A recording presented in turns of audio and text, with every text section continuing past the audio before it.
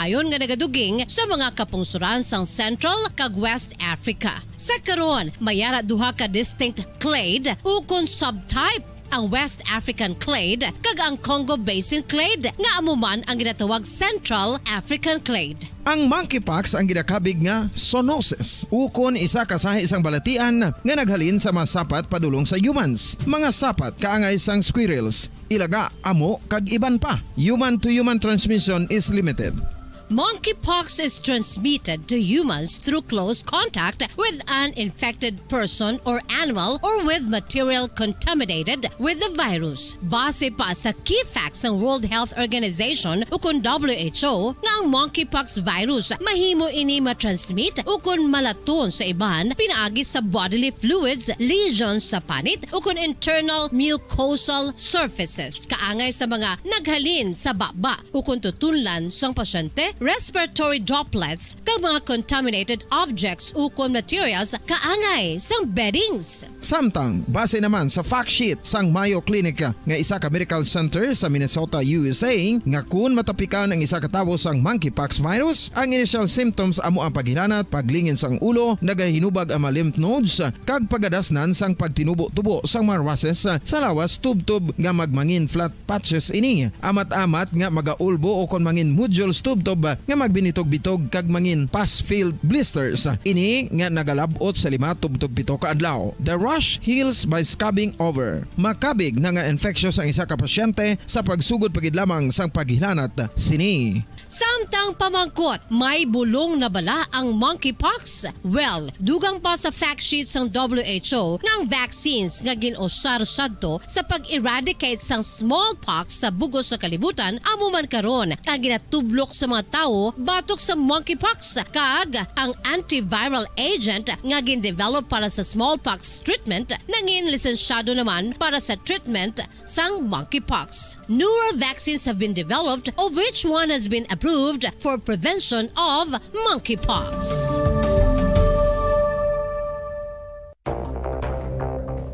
Ano ang dengue hemorrhagic fever? Ang dengue hemorrhagic fever isa kabalatian halin sa virus nga nagalaton paagi sa kagat sang babayi nga lamok nga ginatawag Aedes aegypti kag Aedes albopictus. Ini nga lamok nagakabuhi sa sudod kagwa sa palibot sang balay, nagaistar sa matinlo kag wala nagailig nga tubig kag nagapangagat sa adlaw humalin sa kaagahon tubtob sa kahaponanon.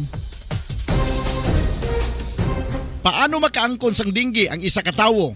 Kung ikaw ang makagat sang lamok nga nakasuyop sang dugo sang pasyente nga may dengue. Kung ikaw ang makagat sang lamok nga halin sa pagkaitlog may dala nga virus. Ano ang mga palatandaan o konsintomas sang dengue? Hinari nga hilanat nga nagadugay sang duha, tubtub 7 ka adlaw, bleeding o kon pagdugo sang ilong, panit o kon baba, kag pagsuka o kon paghigko nga may dugo, sakit sang ulo, pagpalangluya, pagdula sang gana sa pagkaon, sakit sa tiyan kag pagpalanakit sang tutunan, pagpalamula, rashes, shock, pagpalangyami, pagpalamugnaw, pagpalanglapsi, pagpalangitom, pagdasig apang mahina nga pulso, pagkalipong, pagsalasala o kon delirium. Sa karon nga uso naman ang dengue kag nagasugod na ang tigululan, ginapanugyan sa tanan nga magpanglimpyo sa aton palibot kag ugsaran, pakulbon o kon pangulaon ang tanan nga mga suludlan o kon bisan ano lang dira nga may stagnan o kon nagsupot nga tubig agud matapna ang pagbreed sang mga lamok. Pahanumdum, nagikan sa Bombo Radio Bacolod. Basta Radio, Bombo! Makapila ka beses kung magpangapisa sa kadlaw, maghinay-hinay lang sa pag-inom sang kape bagod may ara ini sang ini maayo nga epekto sa lawas. Apang paano bala mibuan kung masobrahan na kita sa kape? Nahibaluan nga ang 400 mg sang caffeine o kung kapin-4 katasa sang brewed coffee sa isa ka adlaw ang makabig pa nga safe para sa pila ka mga healthy adults. Apang, dapat naman ini nga haganaganon kung makabatyag na sa mga sintomas nga nagapahibalo nga nasubrahan ka na sa kape. Ini ang ginalakipan sang pagsakit sang ulo, hindi makatulog, anxiety, kag masami nga ginanerbiyos, kalakip na ang paglingin sang ulo, pagka-irritable, masami nga pagpangihi, pagpalangurog sang unod, kag pagdasig sang kuba-kuba sang dughan. Gani mga kabombo, hagan-hagan lang sa kape. Pamangkot, sino sa inyo ang may tanom nga saging nga saba sa inyo balay o kun uma? Kagkaangay sang halos kalabanan, paborito man bala ninyo ang saba nga saging? Nga wala labot pwede makaon kon fresh, luto o kon bisan hilaw pinaagi sa pagtanok suni. Paborito ini naton nga snacks kun himuon nga banana Q, banana chips, crisp banana fritters o kun turon, namit man ini prituhon plus ginahimo man ini bilang ketchup, banana ketchup. Kag ang luto nga saba ginalunod ini sa mga potahe kaangay sang pochero. Yum yum. Well, sa mga utod naton dira nga hindi kumpleto ang ila adlaw kung hindi makakaon sang luto nga saging nga saba, good news! Bangod tuman kadamo gali ang makuha naton nga benepisyo sa pagkaon sang saba nga saging. Ang saging nga saba ang mahimo matawag Cardava banana. Gina-classify ini botanically bilang Musa acuminata ex balbisiana, isa ini ka hybrid cultivar nga native diri sa Pilipinas. Ginatawag man ang saba bilang praying hands. Bangod daw kaangay sang mga kamot nga nagapangamuyo ang kortes ni. Yari ang pila ka mga surprising health benefits nga mahatag sang saba nga saging. Number 1, manggaranon sa potassium ang saging nga saba nga kinahanglan sa aton lawas para sa pag-function sa mga nerve cells kag muscle cells. Philippine Standard Time, 3 minutos na nakalipas sa takna alas 6 sa aga. Maayong aga, syudad sang Bacolod, kabugusan nga probinsya sa Negros Occidental, bugos nga Pilipinas kag bugos nga kalibutan. Iyari naman ang pagdulong namon sa inyo sa madalalag ko bago. Mainit-init pa ang mga balita diri sa Bomba News and Views Morning Edition. Subong adlaw, Biyernes sa Petsa 3 sa bulan sa Hunyo 2022. Mga kabombo una kita sa aton si mga headlines sa balita lokal. Masobra 2 ka milyon ka pesos nga suspected shabu ang nakonfiskar sa drug bypass operation sa may Rosario Heights Subdivision, Barangay Takuling, Kaina, sang Kagahon.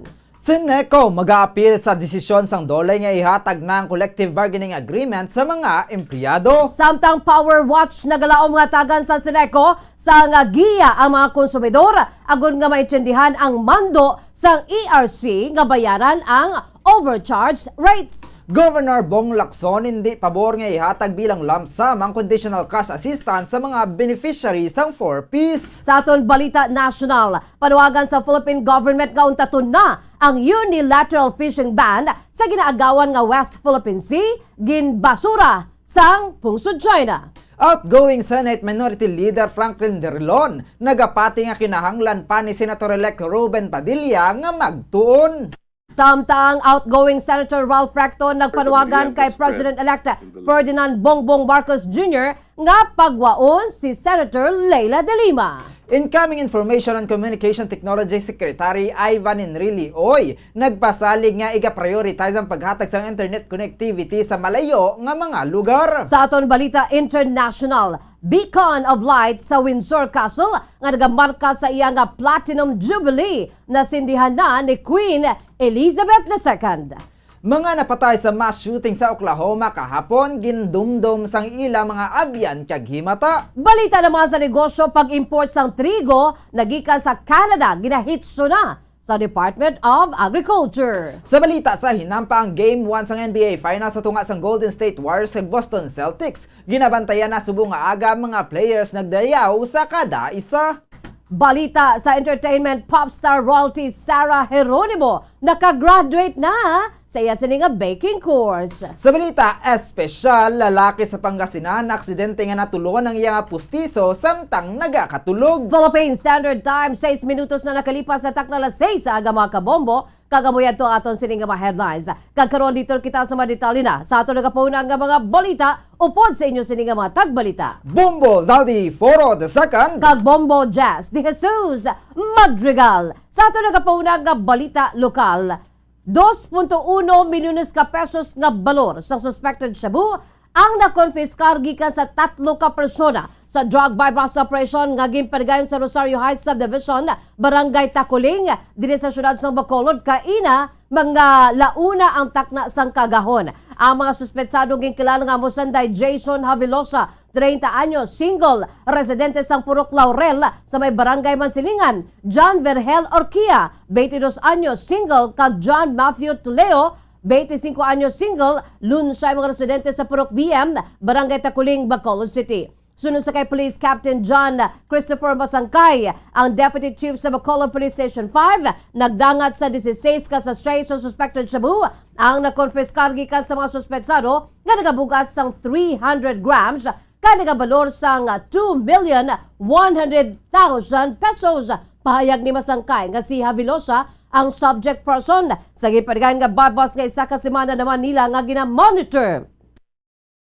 Ang subject naman ang nadakop sang tuig 2018 may kamtanan man sa illegal nga druga gani ini ang ginakabig nga high value individual kon HVI. Sunod diri si Avilosa ang makabig nga distributor kay ini ang nagadagdag sang druga sa mga magagmay nga players sa illegal drug trade sa bilog nga syudad sa Bacolod. Sa pagdakop naman sa subject kaupod man nga nadakpan ang duha sini nga kaupdanan nga Mosanday Orkia kag Tuleyo. Magapadagayon pa sa dugang nga investigasyon ang Bacolod Police Station 5 kung may mga previous cases man ang duha ka mga nagkanadakpan. 1 week man na ginamonitor. Ang ini nga target si Jason Habilosa, sometime 2018 nadakpan man sa pati man sa illegal nga droga. Consider na siya nga value individual. No? Nag-ano siya sa transaction sa aton customer buyer nga tiri sila mag-transact, mag-baligya sa illegal drug. Mga pan-hour bypass operation, arrested ang duwa niyang kaupod nga si John Berhel and si John Matthew na taga-diri man sa Purok BM. We recovered around 300 grams, estimated market value of 2.1 million. Ang kamay sa pagpag ni Police Captain John Christopher Masangkay, Deputy Chief sa Bacolod Police Station 5. Ginkonsiderar sang Central Negros Electric Cooperativo kon Seneco ang pagfile sang motion for reconsideration to sa desisyon nga ginpagwas ang Department of Labor and Employment kon DOLE nga ihatag na ang collective bargaining agreement kon CBA sa Seneco Union of Rational Employees o kon CURE. Ini matapos nga nagpagwas ang order si DOLE Secretary Silvestre Bello III nga nagamando sa Seneco nga ihatag na ang kaundan sang CBA sa Employees Union. Suno kay Attorney Leonie V. Buhin, Regulations Compliance Officer sang Seneco, ilagi na konsiderar ang pag-file sang motion for reconsideration nga ilasarang mahimo na pulo kadlaw pagkatapos na pagwa sang desisyon ng Labor Secretary. Ginatag ni Apuhin nga ang mando sang DOLE ang hindi pa final nga executory bangod mayara pa sila sang available nga remedy kay gini amo ang mag-file sang motion for reconsideration. Ang ginapangayo sang CURE amo ang 15,000 pesos nga signing bonus kag mga kasang miyembro sang union 2.5% nga pagsaka sa ilang sweldo kada tuig humalin sang 2021 kag mga allowances. Sa tinalikdan nga Enero, nagboto ang mga miyembro sang union nga sila magapatigayon sang 7 ka adlaw nga strike apang wala ini natigayon. Una naman nga pahayag sang Board of Directors sang Seneco nga santo sa gintalana sang National Electrification Administration o NEA, dapat nga malabot sang Seneco ang 95% collection efficiency agud niya mahatag ang kaundan sang CBA. Sunod sa BOD ang kasugtanan niya ginpirmahan sang Nobyembre 29 ang commitment na sang Seneco nga tumano ng provision sang CBA kung malabot ang requirement nga collection efficiency apang hindi matumod ang PETSA bangod hindi man mapaktan kung saan o makakolekta sang 95% sang balayran sa mga member consumers. The decision would only be final and executory if Seneco won't be able to file a motion for reconsideration within 10 days from receipt of the notice of order from the Secretary of Labor. There is already a decision made, but it is not yet executory. There's no decision yet that is yet to be deliberated by the Seneco management and the board. But what is certain is that we have an available remedy, which is to file a motion for recon. Ang kabans pagpayag ni Attorney Leonie V. Apuhe ng Regulations Compliance Officer sang Seneco. Samtang nagalaom naman ang convener sa bahin sang Power Watch nga tagan sang Central Negros Electric Cooperative kon Seneco sang giya o kon eksplanasyon ang mga konsumidores sa ila maintindihan ang mando naman sang Energy Regulatory Commission kon ERC nga bayaran ang overcharge rates sa mga member consumers. Sa Notice of Resolution na gin-issue sa Central Negros Electric Cooperative Incorporated, Pangasinan 1 Electric Cooperative Incorporated o kun ang Panelco 1 kag La Union Electric Company Incorporated o kun ang LUICO, ginmaduan sa Energy Regulatory Commission ang concerned distribution utilities nga i-refund ang total over recoveries nga gin-charge sa mga consumers. Nagmano naman ang ERC sa Seneco nga ipatuman ang refund sa bahin sa total net over recoveries nga nagadangat sa masobra 237.9 million pesos. Ang total over recoveries ang natabo humalin Pebrero sa tuig 2004 tubtob Disyembre sa tuig 2017. Ginmanuan man ang sabahin sa distribution utilities nga magsumiter sa monthly report nga nagapakita sa ilan na refund tubtob nga maimpas ang kabugusan nga balor. Sa interview naman sa Bombo Radio sa kay Winnie Sancho, ang ginakabig sining welcome development para sa mga konsumidor ang mando sang ERC. Apang sunod sa iya kuntani hatagan sa simple kag maathag nga explanation sa Seneco ang mga member consumers agud nga maintindihan sa mga pumuluyo kag mamumugon kung pinagid ay ibuhin sa ilang mga bill kag ano ang implikasyon sini sa ilang kabuhi kag sabahin sa ekonomiya. Gina-question man ni Sancho kung paano ini atubangon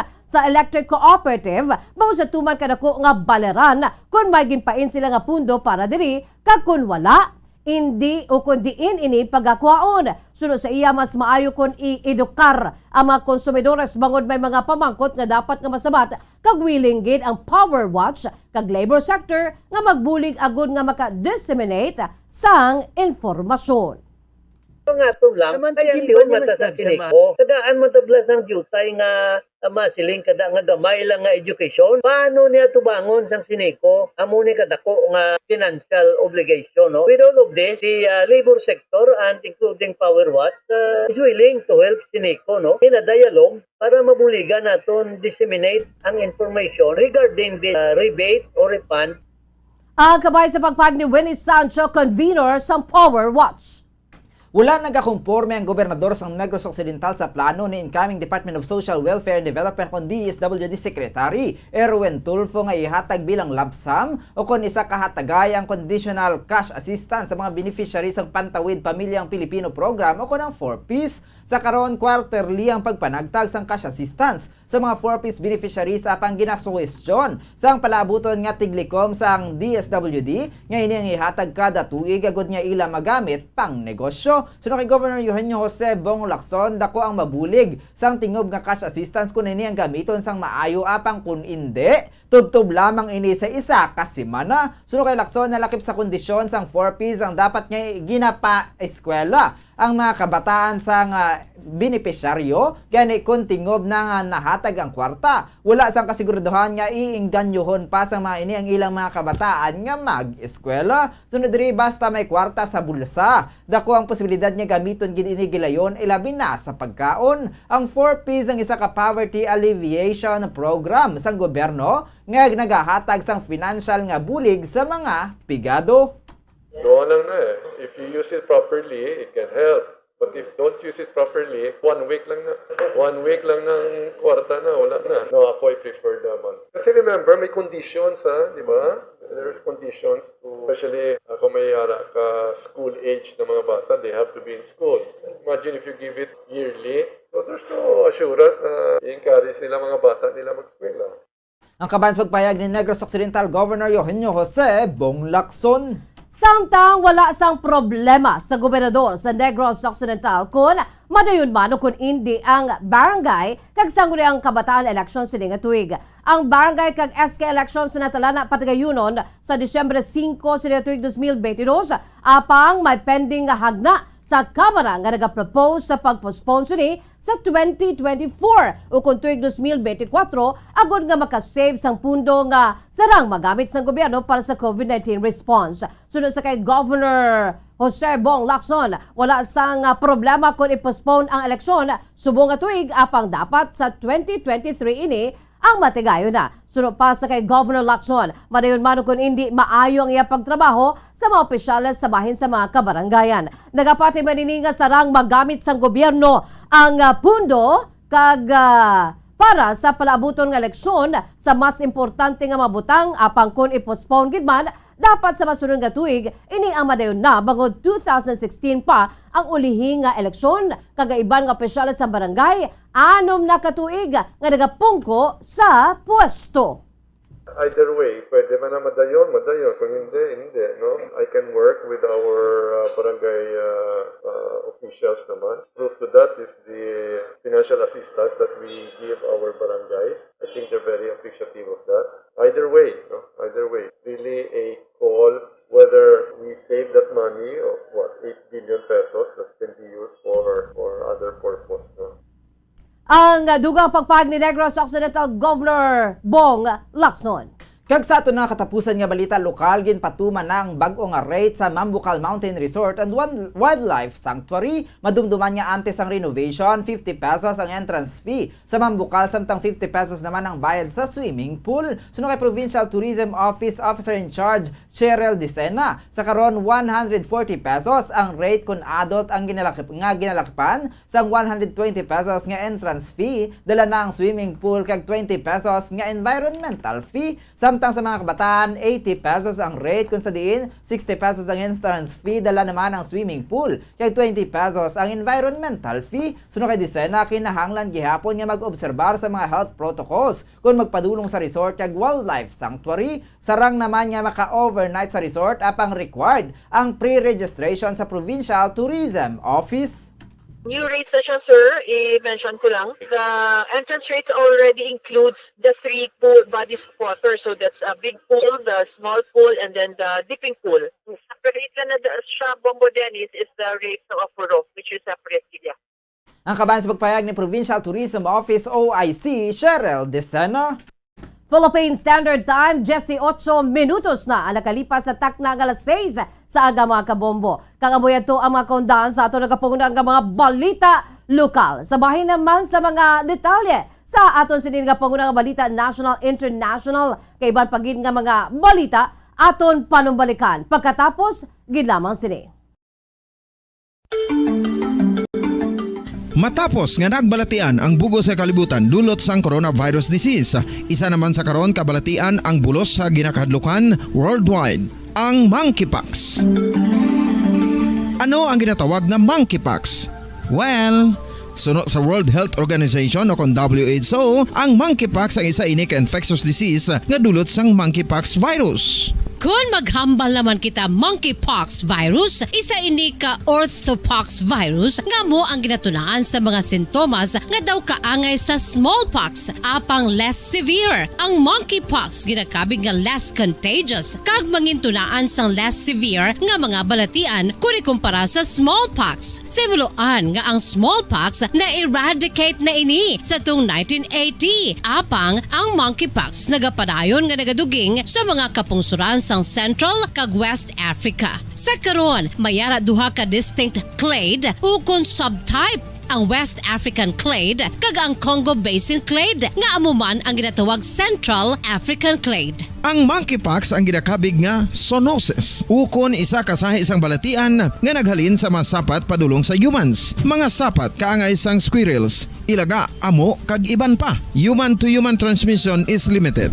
Monkeypox is transmitted to humans through close contact with an infected person or animal or with material contaminated with the virus. Base pa sa key facts ng World Health Organization ukon WHO nga ang monkeypox virus mahimo ini matransmit ukon malaton sa iban pinaagi sa bodily fluids, lesions sa panit ukon internal mucosal surfaces kaangay sa mga naghalin sa baba ukon tutunlan sang pasyente, respiratory droplets kag mga contaminated objects ukon materials kaangay sang beddings. Samtang base naman sa fact sheet sang Mayo Clinic nga isa ka medical center sa Minnesota, USA, nga kun matapikan ang isa ka tawo sang monkeypox virus, ang initial symptoms amo ang paghilanat, paglingin sang ulo, nagahinubag ang mga lymph nodes kag pagadasnan sang pagtinubo-tubo sang mga rashes sa lawas tub-tub nga magmangin flat patches ini. Amat-amat nga magaulbo o kon mangin nodules tub-tub nga magbinitog-bitog kag mangin pus-filled blisters.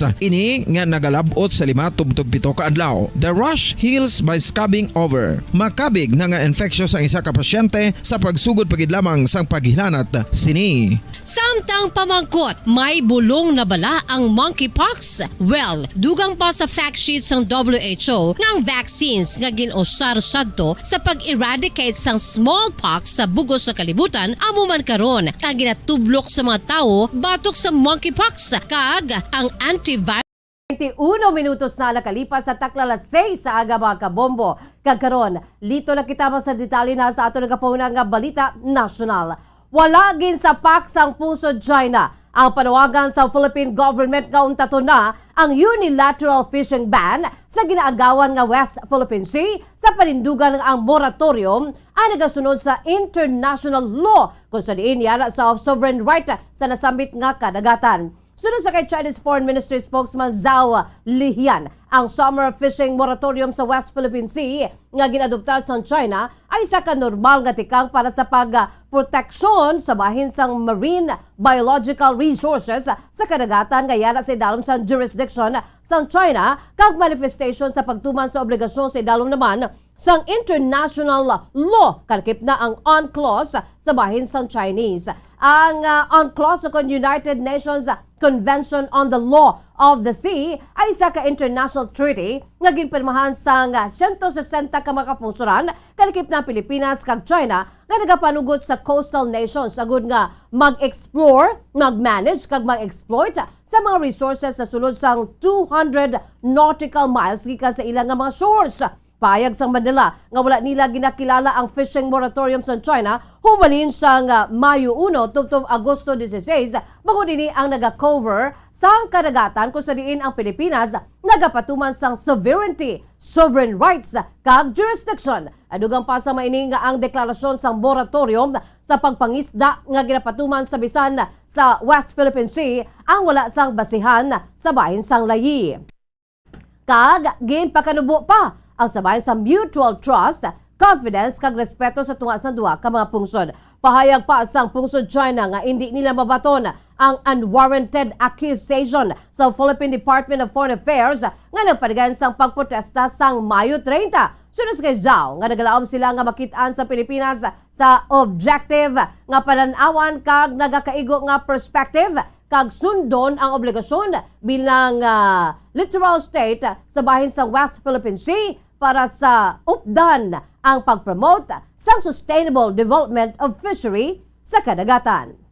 Samtang nagapati si outgoing Senate Minority Leader Franklin Drilon nga kinahanglan pa sang madamo nga schooling ni Senator-elect Robin Padilla sa panindugan niya ang chairman sang Senate Constitution Amendment and Revision of Codes ang nagakinahanglan sang malapad nga legal knowledge. Kinpahag ni Drilon nga ginaupdan sini si Senate Majority Leader Juan Miguel Zubiri nga mo ang magapungko bilang masunod nga Senate President. Pinagi sa pag-abiso kay Padilla nga magtuon pa sang dugang karon nga ini ang magapungko sa chairmanship sang isa sa mga mayor nga komitiba sa Senado. Sunod kay Drilon nga ang komitiba nga ginpili sini nga pamunuan ang Committee on Constitutional Amendments and Revision of Codes and Laws ang nagakinahanglan sang hindi lang legal knowledge kundi dapat may exposure gid sa konstitusyon bangod ang mga revisions sang codes kag layi ang nagatumod sa mga major laws kangay sang civil code, revised penal code, corporation code kag tanan niya codified laws.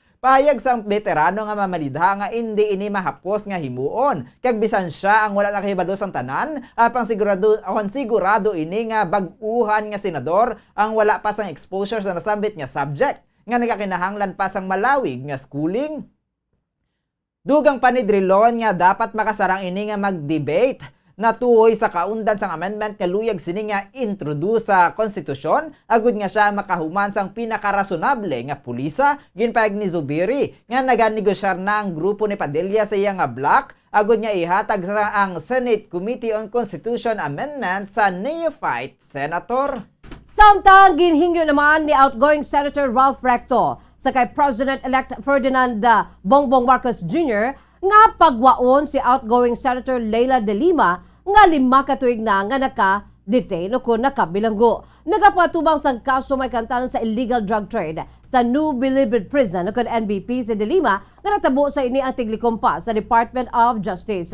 Sa nakaligan nga silimana pila ka testigos ang nagtudlo sa kay de Lima sa alegasyon nga ini ang may kantanan sa illegal nga druga ang hilali na lamang nga nag-atras kag ginpangbawi ang ila sini nga mga testimonya kag akusasyon. Ang pinakauli amo si Marcelo Adorco, ang ginapahayag bodyguard kag driver sa self-confessed drug lord nga si Kerwin Espinosa. Una naman nga ginbawi ni Espinosa ang mga testimony sini batok naman sa kay De Lima. Ginusan direkto ang valedictory address ni sa uling adlaw sang sesyon sabay sa 18th Congress sa Miyerkules sagud nga mag-appeal sa kay Marcos nga pagwauna si De Lima. Sunod sa kay Recto ang isa ka maisog nga babayi nga nagakadapat magbaton sang respeto nga si Leila De Lima ang makabig prisoner of conscience kay ini ang gisilutan bangod sa sini nga kaisog apang wala sang presuhan nga makapugong sa kaisog sini. Adugang pa ni Recto nga magabalik sa pagka-kongresista sa Batangas nga ginpapriso ini sa mga trolls gani ang kabaturan ang dapat nga magpagwa diri. Kabahin naman sa speech ni Recto ang pagpasidungog sini sa iya iban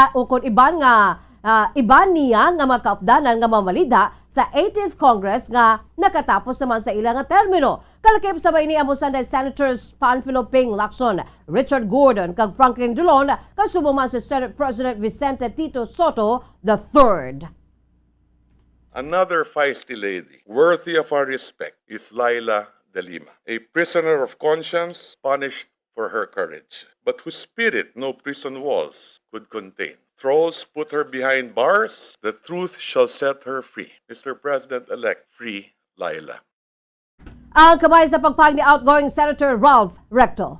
Kag sa ato na katapusan nga balita nasyonal, ginpasalig ni incoming Information and Communication Technology Secretary Ivan Enrile Oy nga ila iga-prioritize ang paghatag sang internet connectivity sa far-flung area sang pungsod agud niya ang mga ini maka-access sa medical services kag ma-improbar ang education system. Suno kay Oy nakapatigay na sila sang pila kapag hinunanon kaupod kay President-elect Ferdinand Bongbong Marcos Jr. agud diskusyonan ng mga programa nga iga-implementar sa idalom sang iya nga administrasyon. Paig sini nga ang marching order ni Marcos among pagpahanugot sang internet connectivity sa mga far-flung areas kasubong man ang paghatag sang access sa technology. Suno kay Oy ikaduha sa marching order ni Marcos among pagpahanugot sang educational system kag mahatagan sang nasambit nga internet connectivity agud niya ang bangod makaluluoy na ang mga estudyante nga naga-online class apang wala sang internet connection. Dugang pa sini nga bangod may yara sang pandemya, wala sang access sa medical services ang mga yara sa far-flung areas. Gani kabahin sa programa sang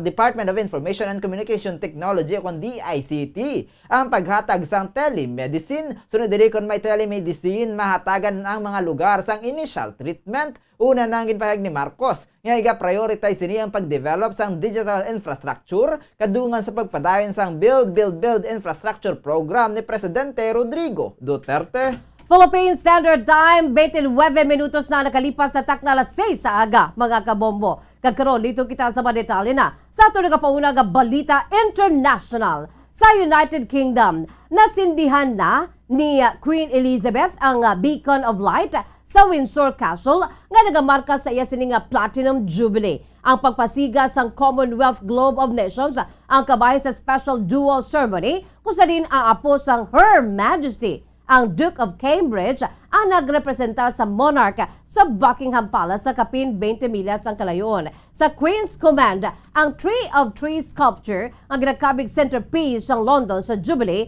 ang pasigahon sa guwasang palasyo. Ang seremonya nga ginpergan Webes ng gabi ang kabayan sa BC nga 4 ka adlaw para sa reyna. Una naman nga ginanunsar sa palasyo nga hindi makatambong ang monarch sa Jubilee service sa bahay sa Thanksgiving sa St. Paul's Cathedral subong nga Biyernes matapos nga maglain ang yasin nga pamatsyag sa ginpanigayon nga selebrasyon sa Webes. Ginapatiyan naman nga ang reyna ang nagabatsyag sa episodic mobility issues sa yasin nga appearance sa palace balcony. Kaupo siya pamilya agad nga magsaludo sa pagbalik sa mga soldado gikan sa trooping para sa color ceremony. Linibo ka mga pumuloy ang nag-upod sa dalanon sa United Kingdom samtang ang mga royals naman ang nag-obserba sa seremonya sa The Mall ang ginasundan sa flypass sa ibabaw sang Buckingham Palace. Samtang kadto naman kita sa Oklahoma, USA. Nag-suicide man ang suspetsado sa mass shooting sa Tulsa, Oklahoma kahapon kung sa diin 4 ka persona ang napatay sa hospital building. Ini ang latest sa mga sunod-sunod nga mga mass shooting nga nagkalatabo sa Estados Unidos sa sulod na sang pila ka semana. Madumduman nga 8 ka adlaw lang ang nakaligad. Sang pila ka mga pamilya sa Texas ang naglubong sang ilang mga himata kasunod sa pagpangluthang nga natabo sa isa ka eskwelahan kung sa din 19 ka mga kabataan na nagkalamatay kag duha ka manunudlo. Ang suspetsado sa Tulsa shooting nga armado sang rifle kag isa ka handgun sang ini ang nagpangluthang sa St. Francis Hospital campus ang napatay man matapos nga mag-suicide. Suno kay Tulsa Police Department Deputy Chief Eric Dalglish, mayara sang 4 ka sibilyan nga kumpirmado nga napatay, isa ka shooter nga napatay kaya ginalantaw nga self-inflicted. Patag sini nga gilayon nga nagresponder ang mga kapulisan matapos nabato ng emergency call. Natuy sa gunman nga hinali na lang nga nagsulod sa second floor sang Nathalie Building nga ginahamtangan sang clinic sa St. Francis campus.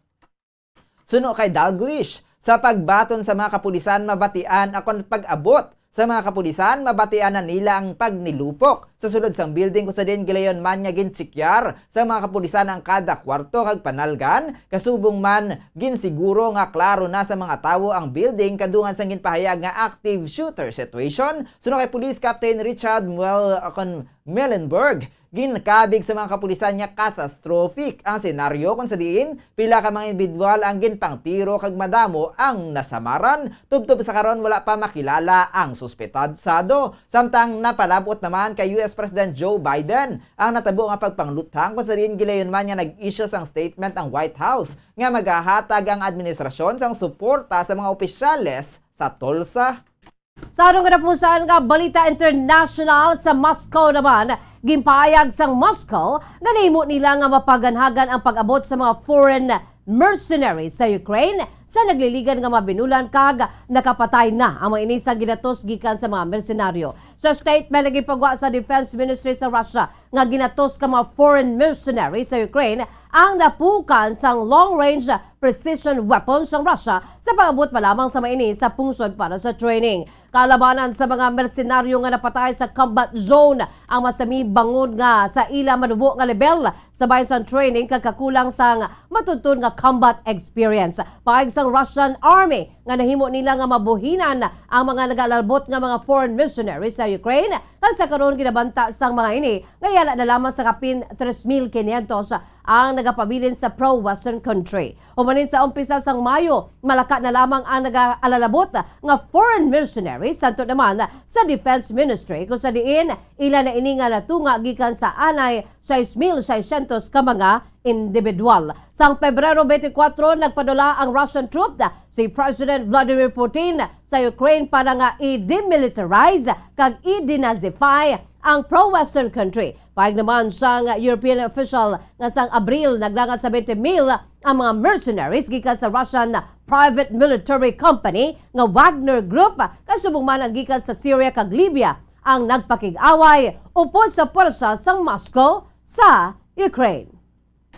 Samtang sa ato naman nga balita sa negosyo, sa tunga sang kakulang sa supply sang wheat o kontrigo bangod sa gyera sa tunga sang Russia kag Ukraine, nagapangita ang Department of Agriculture o DA sang iban nga sarang nga makuhaan sang supply sang nasambit nga commodity. Suno kay Agriculture Secretary William Dar, may inisyal na sila nga paghinunaanon sa embahada sang Canada na tuhoy diri. Payag ni Dar nga duha ka gabi na ang nakaligad sang nakighinunanon siya upod sa Embassy of Canada kag napaambit na ang mga inisang kagustuhan nga magbulig sa Pilipinas. May mga nakaplastar naman nga contingency plan ng ahensya para ma-address ang posibilidad sang food shortages sa palabuton. Kalakip na diri ang paghingyo sa gobyerno sang dugang nga 6 billion pesos budget para sa fertilizer vouchers sang mga mangunguma.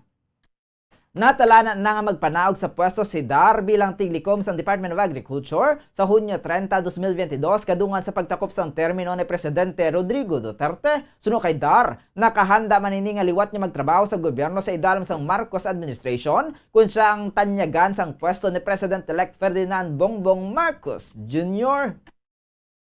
Samtang sa ato naman nga foreign exchange rate, ang US dollar may baylo nga 52 pesos and 46 centavos. Ang Hong Kong dollar may baylo nga 6 pesos and 68 centavos. Ang Singaporean dollar may baylo nga 38 pesos and 17 centavos. Ang Saudi Arabian Riyal may baylo nga 13 pesos and 98 centavos. Samtang ang Euro may baylo nga 55 pesos and 99 centavos. Samtang sa average nga presyo sa produktong petrolyo nagikan sa Caltex Shell kag Petron stations. Ang unleaded ang may valor 75 pesos and 40 centavos tubtob 76 pesos and 19 centavos. Ang premium ang may valor 76 pesos and 15 centavos tubtob 79 pesos and 69 centavos. Samtang ang diesel ang may valor nga 73 pesos and 73 centavos tubtob 74 pesos and 52 centavos. Sa ato naman nga balita sa hinampang. Alas 8:30 dugay-dugay, natalanan na nga ang ginabantayan nga 2022 NBA Finals Game 1 sa tunga sang Golden State Warriors kag Boston Celtics. Kahapon pa lang, bespera sang pahampang, madamo na nagtipon sa Chase Center, San Francisco para sa pag-umpisa sang 2022 NBA Finals. Ginmapahayag sang Western Conference Finals MVP sa Golden State Warriors, Stephen Curry. Nga tuman kay importante sa ilang nga team nga liwat matagaan sang tsansa nga makaangkon sang titulo. Patag ni Curry nga tanan nga ila ginagyan kung sa diin ang ilang nga ultimate goal mo ang makabalik sa finals kay liwat niya makahampang sang isa pa ka championship. Kalakip sa ila ginagyan ang pagbalik na ni Klay Thompson gikan sa rehabilitation journey. Siya nga nabalian sang kamot, si Draymond Green nga na-injury kaya madamo sang iban pa. Dugang pasini nga madamo sang bataon nga mga miyembro ang nagsulod kay nagtinguha nga mabalik ang chemistry bilang ilang nga core. Nga ginalantaw man sini nga makabulig sa ila sa pagdaog. Pahig sini nga tanan nga ila nga ginpangabudlayan sa sulod sang duha ka tuig ang kaangay nga nagakabalikan na nga human gikan sa experience sa mga veterano nga players nga yara sa Warriors. Everything that we've all went through with this is the ultimate goal of getting back on this stage. The chance to play for another championship. Like, you got Clay coming off of unreal rehab journey, broke my hand. Draymond was injured with a bunch of different stuff. We had a lot of young guys coming into the fold and trying to reclaim our chemistry as a core, but also, get those guys up to speed and how they can help us and help impact winning. You look up and all the work that you put in over the last, 2 years paid off. Built on the experience and the veteran presence that we have. Ang kabansbog payag ni Stephen Curry sang Golden State Warriors, samtang Eastern Conference Finals MVP Jason Tatum kag ang bilog nga Boston Celtics ang tuyo naman nga makakuha sang panibag-o nga kampyonato sa ilang nga mga storied franchise. Matapos ang pila ka mga nagagwa nga mga players nagikan sa playoffs sa nakaligad nga 5 ka tuig, masiling ni Tatum nga sa karon nakahanda na ang ilang nga team. Aminado ini nga may mga tion nga gina-question man sini ang kaugalingon kung siya nga kadapat sa pagpanguna sa grupo, ilabay na sa tion sang kaperdihan o kung sa mga mabudlay nga tion sa season. Apisar nga human nature na ang pag-question sang ikasarang panindugan ni Tatum nga dapat magpabilin gihapon sa kun ano ang ginapatihan kay ginasaligan, ilabi na nga ginpangubudlayan bangod hindi tubtob sa ulihi ang pag-ulan. I'll be honest, for myself, there have been times where I questioned, am I the right person, to kind of lead a group like this? And, I never doubted myself, but, just moments after some of those losses and, the tougher parts of the season, it's human nature to kind of question, yourself and things like that. But, just always stick to what you believe in and trust in the work that you put in. Can't rain forever. Ang kabansbog payag ni Jason Tatum sang Boston Celtics. Sa pinakabahin, mataas naman ang pagrespeto sang head coach sang Warriors na si Steve Kerr. Sa Celtics kagindayaw pasini ang Defensive Player of the Year nga si Marcus Smart kag ini ang ginpaanggid sang coach kay Draymond Green. Samtang sa aton sini naman nga showbiz news, nadugangan ang mga titulo nga naangos sang ngalan ni popstar royalty Sarah G o kung Sarah Geronimo matapos nga siya ang nakatapos na sa baking course ni. Tuma naman ang pagka-proud sang bana ni Sarah G nga si Mateo Goidocelli kadungan sa pag-share sini natuloy sa graduation sang singer wife gikan sa baking school. Sa caption ni Mateo, gimpayag sini nga siya ang super proud as husband. Saya sini pinalangga nga opisyal na nga nakagraduate kadungan sa pagtuwag diri bilang Chef Sarah. Gindayaw man sa aktor ang iya sini nga asawa bangod sa pagtingwa sini tubtob malabot ang kadalagan. Sang tilik na natuig kadungan sang pandemic gingamit ni Sarah G para sa negosyo ang iya sini nga passion in baking. Sa Instagram stories nga ginpost makitaan si Mateo nga nagakuha sang 200 pesos gikan sa isa ka envelope. Pag sini nga ang kwarta amo ang pinakauna nila nga benta gikan sa gin-bake nga cupcakes ang singer kung sa diin mabatian naman ang pagsinggit ni Sarah G sa background bangod sa excitement. sa mga nakaligan nga Instagram stories. Gimpakita man ni Mateo ang strawberry cupcakes kag caramel cornflake cupcakes nga hinimuan sa iya sini nga dearest wife. Samtang sa atraman nga Bombo Health News, ang coconut milk o kon gata ang ma-extract gikan sa unod sang lahing nga lubi, ini ang madugay na ginagamit bilang ingredient sa mga dessert, soups kag sauces. Sa karon sarang ini nga mabakal sa mga shelf sa mga department stores kung ikaw ang nagabatsyag sang bone o kung joint pain. Maayo para sa imo ang diet nga manggaranon sa gata. Ang gata ang sarang makabulig sa pagpanubo sang bugat. Ini ang manggaranon sa short kag medium chain triglycerides nga ginakonsiderar nga healthy fats. Kinapalawig sini ang isa ka persona gikan kon antes makabatsyag sang kagutom, rason kun nga maganubo ang pagkaon o kon magabulig sa paglikaw sa cravings, ina ang ma-convert man sa energy suli sa mga longer chain fatty acids nga kon magdamo sa lawas makatuga sang obesity. Ang gata ang nagaunod man sang antioxidants. Ang coconut milk ang manggaranon sa vitamin C kag vitamin E nga kilala sa antioxidant properties. Ang body tissue sang lawas ang nagahuman sang free oxygen radical sa tion sang proseso sang metabolismo. Ini ang makatugas ang kahalitan sa cellular components kag nagatugas ang madasig nga pagtigulang o kon pagdako sang tumor. Ang antioxidants ang makita sa coconut milk o kon gata ang makabulig man sa pag-neutralize ang harmful substance. Samtang sa aton sinibalitang espesyal, ang postiso o kon false teeth. Para sa iban, amo nagabulig sa isa ka persona agon nga mapakita sini ang iya matahom nga yuhom. Apang bangod sa postiso, isa ka 39 anyos nga lalaki sa Pangasinan ang nagbutang sa katalagman nga ini matapos nga aksidente nga natulon sa natungdan ng iya sini nga postiso. Samtang ini ang nagakatulog si Benji Villamor, residente sa San Jacinto, ang ginaobserbahan sa karon sa isa ka balay bulungan sa may syudad sa Dagupan. Sunod diri siya ang hubog sa natabo ang insidente kag wala sini nahukas iya sini nga false teeth sang siya ang natulugan. Kung pamatian makambal kita nga makalamutan apang sa una nga mga inadlaw tuman kasakit ang tutunlan ni Villamor, apang sa karon hindi na maay masakit kung siya ang nagatulon bukod nga nagpanaog na amat-ahamat ang pwesto o kung nasa bahin sa nga pwesto sang postiso sa sulod sa iya sini nga lawas. Natala na naman nga operahan si Villamor agon nga kakas ang postiso samtang nga ginapalibugan naman sini ang iya galastuhon sa operasyon bagod siya ang naga-extra lamang bilang construction worker. Sunod nga Dr. Riwel Bobis ang tagpamaba sa CHD Ilocos, delikado kung matulon ang postiso kag magkadto ini sa tinai. Sunod diri duha ang pwede sini nga makadtuan sa lawas. Una, posible ini nga magkadto sa tiyan kag ini ang delikado bangod may mga matalob nga parte sa postiso nga posible makatugas sang pagkapilas o kon pagkabuslot sang digestive tract. Gani panugyan sa doktor sa mga may postiso dira o kon false teeth, hukson ini kung nagakatulog, mga posible ini nga mahukas kag aksidente nga matulon.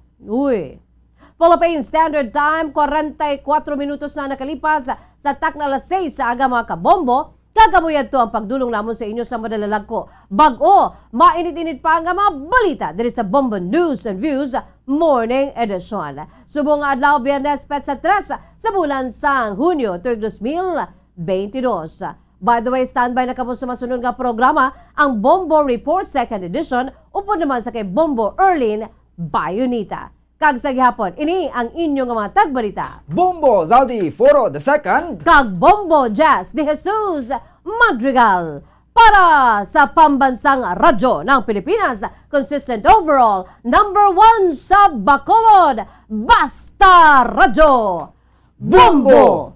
Kag sabay naman sa aton sininga news analysis, agin padala sa aton maukon nga tagpalamati, ang pagabasaw na ba ni Bombo Daniel Acciones, ini ang may tigulo, hindi makatarungan. Papel nga gamay nga kung kaysa imo mapudyutan, naipit sa gate sang imo puluyan, may sumada nga imo makitaan, kag pitsa nga dapat ina ang mabayaran. Ikaw ang gilayon makulbaan, kung ang imo budget ang nagkulang, mahimo sa kuryente ikaw ang mautdan, kung nag-abot ang due date, wala mo pa nabayaran. Amoy ni ang mapait nga sitwasyon, kada bulan aton paabuton. Mahal nga kuryente sa aton nagalipong, dugangan pa sa mga adisyonal nga ginasukot sa aton. Sa karon na dugangan ang aton kaugot, sang ang ERC sa aton may ginpalabot, nag-overcharge kuno sa aton ang siniko. Dapat ibalik ini sa mga tawo. Findings ang ERC nga daw hindi Manila ini mabaton. Over-recoveries kung sila ang pambalon. Sila mag-file sang motion for reconsideration apang nagpaina sang 11 milyones initial nga refund sa aton. Ginahimo bala nila ini agod nga hinabunan ang ila dako nga kasalanan sa mga konsumidores nga nadalman sang ila panukot nga hindi makatarungan. Ang ini nga panguna-una ang pananawan ang ginpadala ni Alberto Ramos sa Barangay Alihis, Bacolod City. Sa mga tagpalamati sang Bombo Radyo Bacolod, pwede man kamo magpadala sang inyo panghuna-huna kag pananawan sa Bombo News and Views Morning Edition. Care of DYWB Bombo Radyo Bacolod, CBS Development Corporation Building, Lacson Street, Mandalagan, Bacolod City. O kung pinaagi man sa email address sang Bombo Radyo Bacolod, bombo_bacolod@bomboradyo.info. Bombo Radyo Bacolod. Number 1! Basta Radio Bombo! Matapos